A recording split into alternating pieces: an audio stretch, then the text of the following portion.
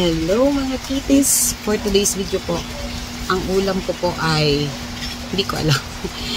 Dapat po kasi ang iulam namin ay tinolang manok, may papaya, at saka may daon ng sili.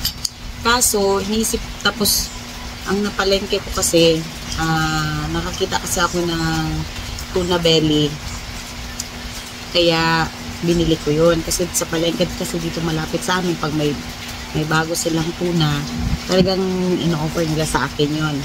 Tapos yun, binili ko. Tapos naisip-isip ko, pag magbili pa ako ng manok, so dodoble na yung gasto ko. Mahal-mahal ng kilo ng tuna belly, 380. So, ginawa ko. Tapos pala, nakita ko yung mga pasayan, yung malalaking pasayan, katulad nito. Yan. Nainggit ako. Bira ko kumain nito kasi hindi ako masyado bumibili nito kasi nga mahal. 460 ba yun? Or 360 yung kilo niya.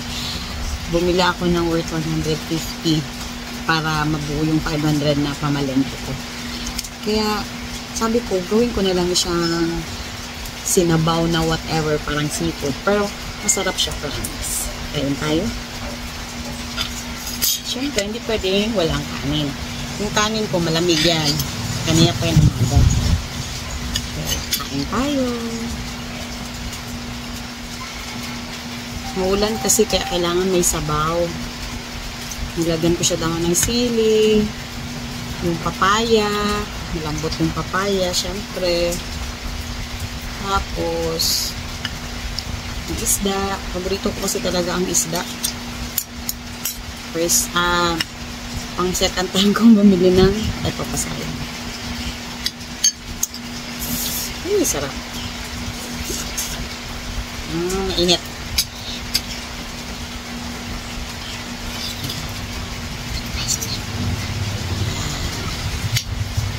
Ay, taba pala ng isda. Ayan, mataba yung isda. Yaw kaya.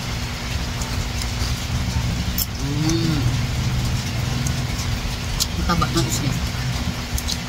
Sarap siya. Promise, masarap siya.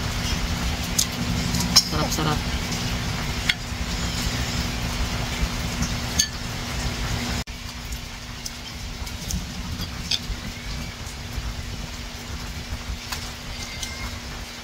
May plato ako dito.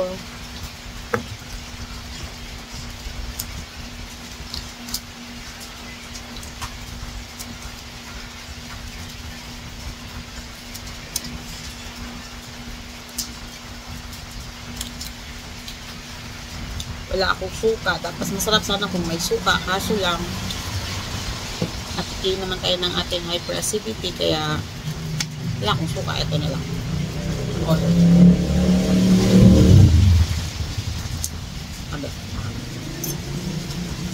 Pero biro.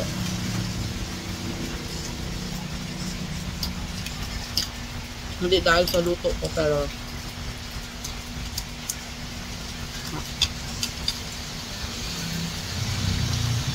pwede naman parang ganun, diba?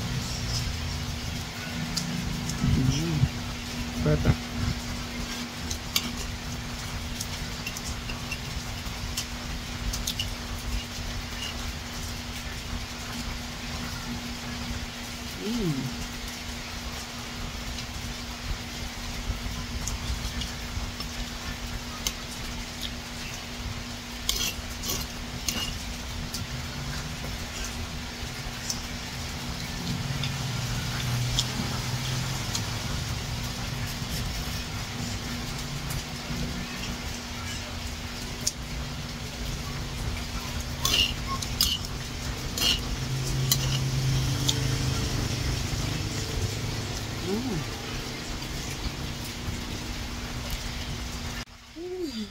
Nakakala ko ng sili. Kasi diba may dahon ng sili? May dahon ng sili. Kasi pag tanggal ko, wala lang pakialam. Basta kahit tinanggal ko yung mga maliliit pala na sili na kain ko. Hala. Tara, tuloy tayo sa pagkain. Baala ka dyan, sili-sili ka.